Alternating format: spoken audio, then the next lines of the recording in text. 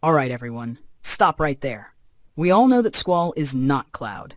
That means he doesn't get an Aerith, a Tifa, a Jessie, or even a Yuffie to flirt with. And let's be real, unlike Final Fantasy VII, a remake of Final Fantasy VIII is just a fan's wildest dream, kind of like the images you just saw. But hey, we're fans, and we're here to dream. And today, we're diving deep into the spectacular female cast of Final Fantasy VIII. Well, part of the female cast at least. Sorry, Edea and Ultimecia, you're amazing. But this time, we're focusing on the stunning ladies who constantly hover around our brooding antisocial hero, Squall. Now, let me remind you of something from Disc 2. That line from Dr. Katawaki, "It's strange seeing you around with a girl." Doc? Are we playing the same game? Because Squall is constantly surrounded by women. Whether it's his instructor, the mysterious girl in the infirmary, the new transfer student, or the mystery woman from the dance. So seriously, Dr. Katawaki, where have you been? Today, we're talking about all these potential love interests for Squall that never went anywhere. Why? Because the game's creators made a very specific choice. I actually dug up an old interview with Yoshinori Kitase, where he revealed something super interesting. At first, it was a little different. In the previous game, we had hidden affection values, love parameters, for 3 female characters, Aerith, Tifa, and Yuffie. Depending on the player's choices, different characters would show affection for the protagonist, and different partners could appear at certain events. For this game, Nomura wanted to do the same thing for Rinoa, Selphie, and Quistis, so their reactions would change based on the protagonist's actions. But after a lot of discussion, Nomura and Nojima decided that Rinoa was too important to the story they wanted to tell. For example, Nomura had this idea that Squall and Rinoa should have a fated meeting at the Seed inauguration ball. When he heard that Squall could potentially dance with Selphie or Quistis instead, he was like, nope, Rinoa has to be the only choice. You could tell he had a special attachment to her. So we scrapped the affection values and focused entirely on Rinoa. By doing that, we were able to create something different from the previous game. But it was also a risky bet. Final Fantasy VIII was always going to be a game that players would love or hate, depending on whether they connected with Rinoa's character and the love story. Now keep in mind, Final Fantasy VII, VIII, and IX were all developed almost simultaneously. So when they first started working on VIII, it was inevitably influenced by VII's design choices. And looking at Kitase's comments, yeah, it makes sense why the story turned out the way it did. I mean, even the game's logo screams love story. And honestly, they nailed their approach to Rinoa's character. But here's the thing. Every single person I know who doesn't like Final Fantasy VIII also happens to dislike Rinoa or thinks the love story wasn't written well. So here's the big question. If Final Fantasy VIII were made today, in 2025, would the writers still make the same choice? Let's break it down, one girl at a time.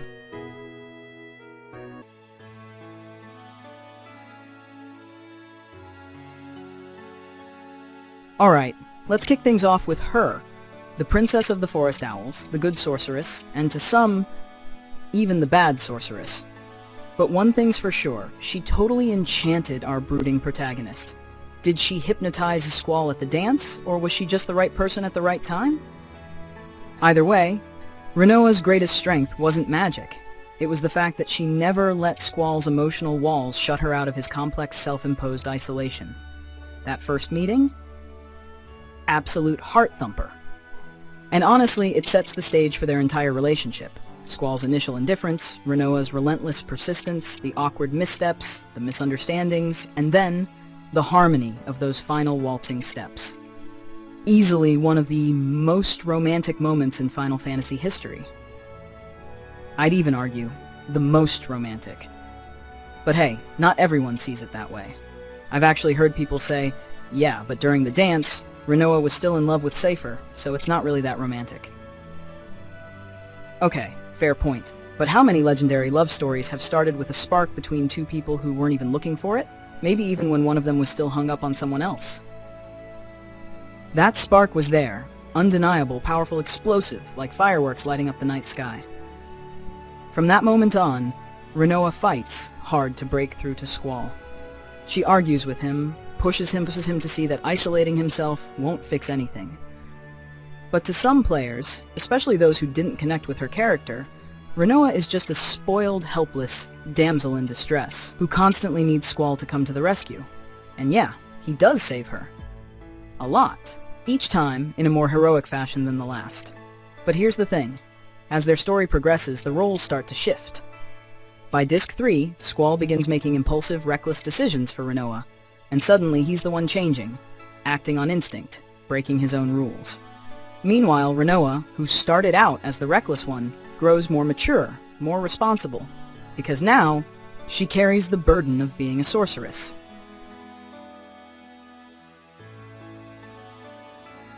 One of the biggest criticisms of Squall and Rinoa's romance is that Squall's feelings seem to change way too fast after Rinoa falls into a coma. Like, he barely cared about her before that, right? I'll be honest, I used to agree with this, but after replaying the game, I realized it actually depends a lot on the player's choices. Throughout the game, you get multiple opportunities to decide how Squall interacts with Rinoa. In Disc 2, you can choose whether to take her to Balamb Garden or send her to the missile base. Later, at Fisherman's Horizon, you can either have a beautiful, emotional evening with her, or an absolute disaster. So if you actively choose to build their relationship, Squall's feelings develop much more naturally. And then we get to the moment. The emotional peak of their relationship. The promise of their first official date as a couple. I'll be here. If you come here, you'll find me. And it's in that place, in that flower field, that Rinoa finally saves Squall. Not with magic, not with a daring rescue, but with an intense, loving embrace, one that wipes away the darkness he's carried inside for so long.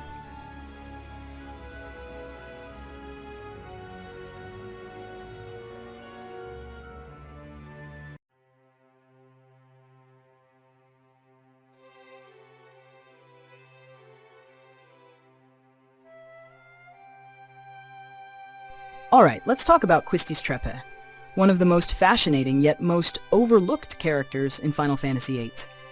She's a prodigy. She's a seed.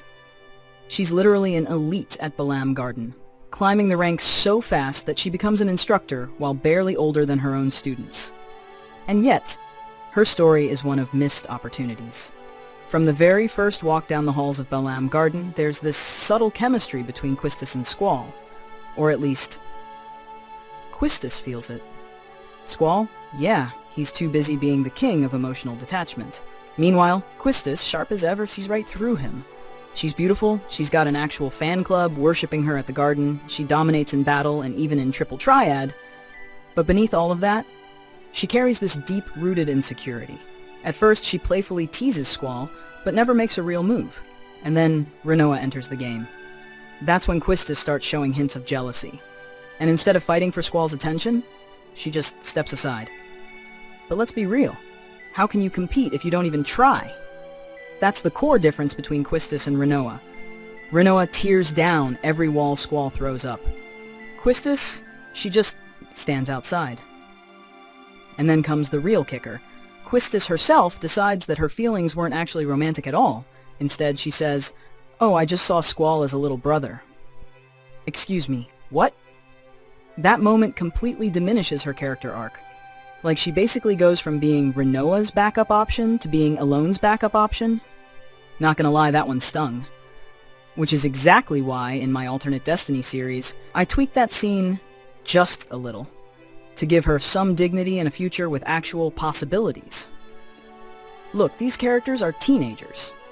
It would have been totally fine for Quistis to admit she had a crush, struggle with it, and then grow past it.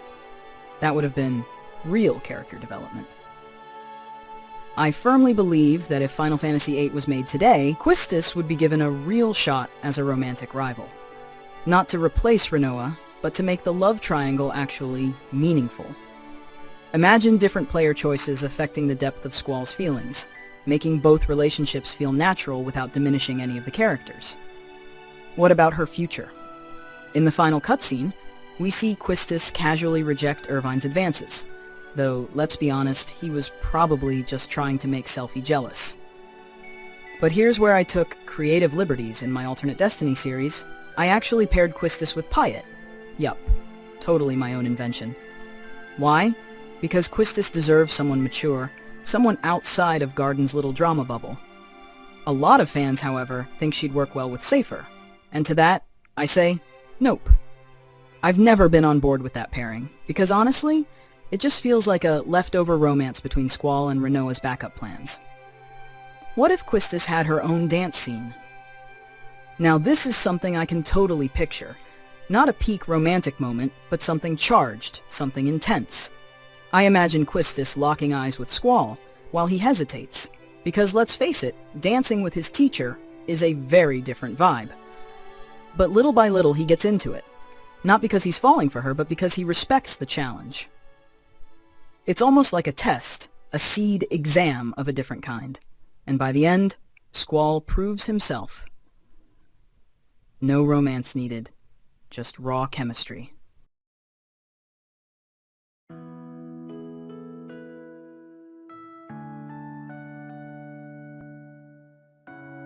Alright guys, it's time to talk about Selphie Tilmitt. She's fun, she's hyper, she's the ultimate ball of energy in Final Fantasy VIII. But did you know that in the early character sketches by Amano, she was basically Squall's canon girlfriend? Imagine an entirely different love story where the moody lone wolf ends up with this walking ray of sunshine. Honestly, that just does not compute with the Squall and Selphie we know today. Let's keep it real. Selphie was one of Squall's potential love interests early in development, but by the final version, they're like two opposite ends of the romantic spectrum. That said, there are a few small details in the game that hint at a low-key bond between them. When they first meet, Squall has the option to show her around Balamb Garden. Later, he can visit her at the festival committee and, if you choose to be nice, help out. He actually worries about her when she heads to the missile base. Wait, what? Squall showing concern. There's that awkward moment in Trabia when Selphie's friend thanks Squall for taking care of her. Cue Squall looking like he just walked into an ambush.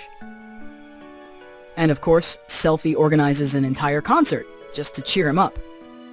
See? There's something there. Not romantic, but definitely something. Now, this is where things get interesting. Selphie actually has a huge admiration for Laguna Loire. She collects every single article he's ever written, and when she sees his younger self, she's like, oh wow, he's kinda cute. Which begs the question, if she thinks Laguna is good looking, does that mean she also finds Squall attractive? Genetics don't lie, people. Of course, any Squall and Selphie ship completely sinks the moment Irvine rides into town with his cowboy swagger.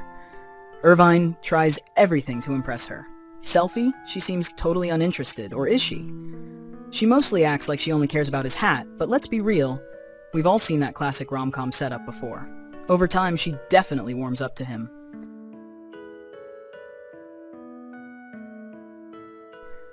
What about a Squall and Selphie dance? Now, this is where things get hilarious.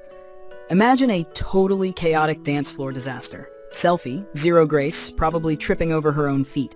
Squall, zero patience, realizing too late that this was a terrible idea. It wouldn't be romantic, it wouldn't be elegant, but it would be hilarious. And let's be honest, Selphie would totally be laughing the whole time. And Squall? Well, maybe, just maybe, she'd get the tiniest smirk out of him.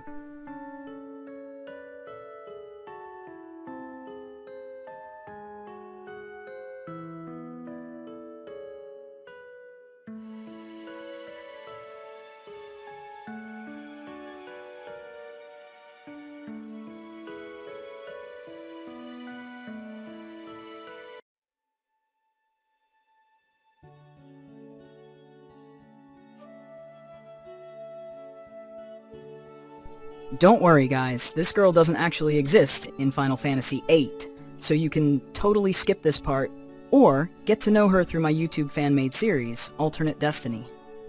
She was created to bring some unpredictability to the plot, and, of course, to be a real rival to Rinoa.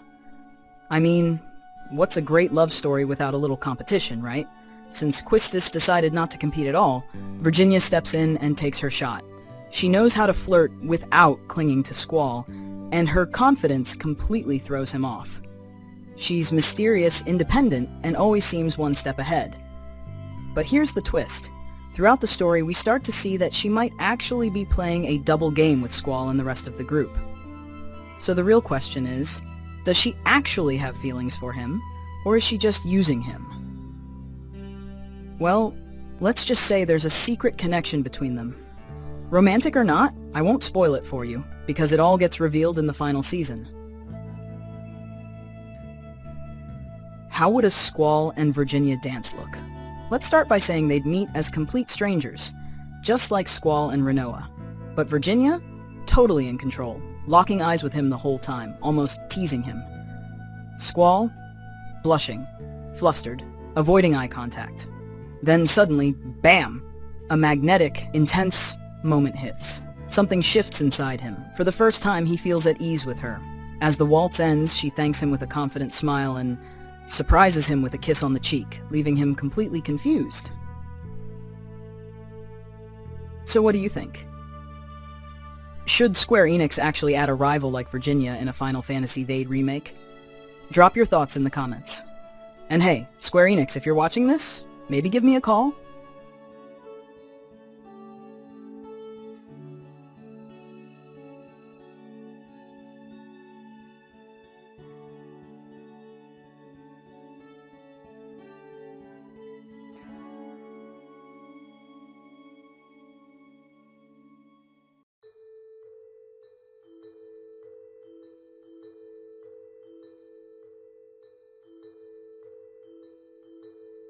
Alright guys, back to the original game, and this time we're talking about one of the most important people in Squall's life.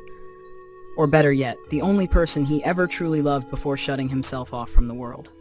As a kid, Squall adored his big sister Ellone, but when she was taken away from him, it shattered him completely. This was the moment that made him believe trusting others wasn't worth it. That in life you can only rely on yourself. And honestly, the decision to separate them, made by Cid and Edea, still feels incredibly cruel every time I think about it. But, in a way, it was part of the destiny that led Squall and his team to defeat Ultimecia. Would Squall have become the same warrior if he had grown up with Ellone by his side? Fast forward 13 years, and Squall finally meets Ellone again at the garden, but they're practically strangers. Squall doesn't remember a thing about his past, but Ellone remembers everything. She follows him around. First to the infirmary, then to the training center. Yup, the same night of his dance with Rinoa. There's zero reason for Ellone to be there that late, unless she wanted to talk to Squall, maybe even tell him the truth. But since she couldn't just say it, she decided to show him instead, sending him into the past through her powers, trying to reconnect a family they both once belonged to. But in doing so, they only grew further apart. They share a brief but important moment in space where Ellone is the key to saving Rinoa, but any chance of them rebuilding their sibling bond remains distant, with Ellone reuniting with Laguna while the garden flies away into the distance. Now let's make one thing clear. Squall and Ellone aren't related by blood, but a romance between them? Yeah, that'd be way too much. But a dance? A simple, unexpected dance between two strangers? I would have loved to see that. Squall is already curious about this mysterious girl. He even asks Quistis about her before the seed exam, only to get roasted by Seifer. So imagine if Ellone actually stepped onto the dance floor and invited him. He'd be confused, maybe even a little hesitant, but curious enough to follow her lead. She'd be gentle, making sure he's comfortable, while he awkwardly tries to figure out why she feels so familiar. The dance would be graceful, naturals, but in Squall's mind, he'd still be trying to connect the dots, and just as it ends, she'd give him a small smile and say, "We'll meet again."